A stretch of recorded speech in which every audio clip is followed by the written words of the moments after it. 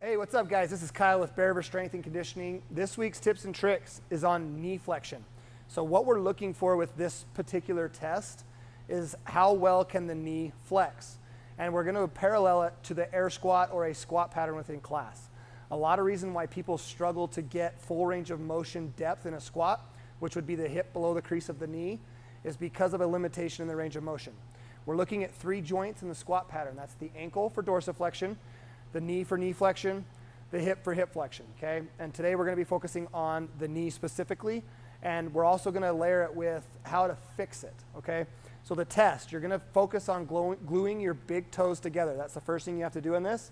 And then you're gonna try to sit on your heels. So if I'm demoing this, I'll glue my big toes together. I'm gonna stand upright.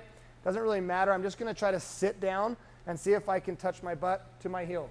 The second thing we would wanna look at is there a gap underneath the arch of the foot? If there's no gap and you can sit on your heels, you can mark this off as something that's not limiting you in your range of motion ability in the squat.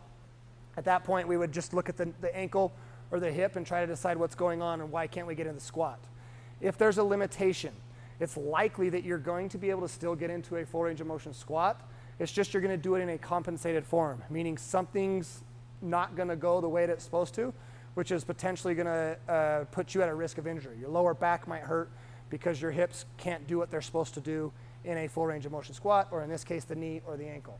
The fix to this particular issue, we'll do this test and we'll have athletes that end up this far away from their butt to their heel.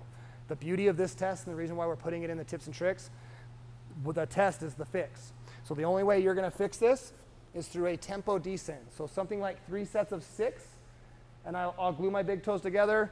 I'm just gonna come back as far as I comfortably can. So in this case, I can touch, but in your case, you might not. Just go down as far as you comfortably can. What we don't wanna do is use the quads to get back up. I want you to take your hands forward, press through the ground, and stand back up. I'll demonstrate one more rep. Sit here and hold it at end range, hands forward, press back up. That's the fix. You could do 3 sets of 6. And then as that got better, you could kind of check off, okay, my knees are unlikely that's what's the limit in my depths of squat. So give it a shot, guys. Appreciate it. Have fun.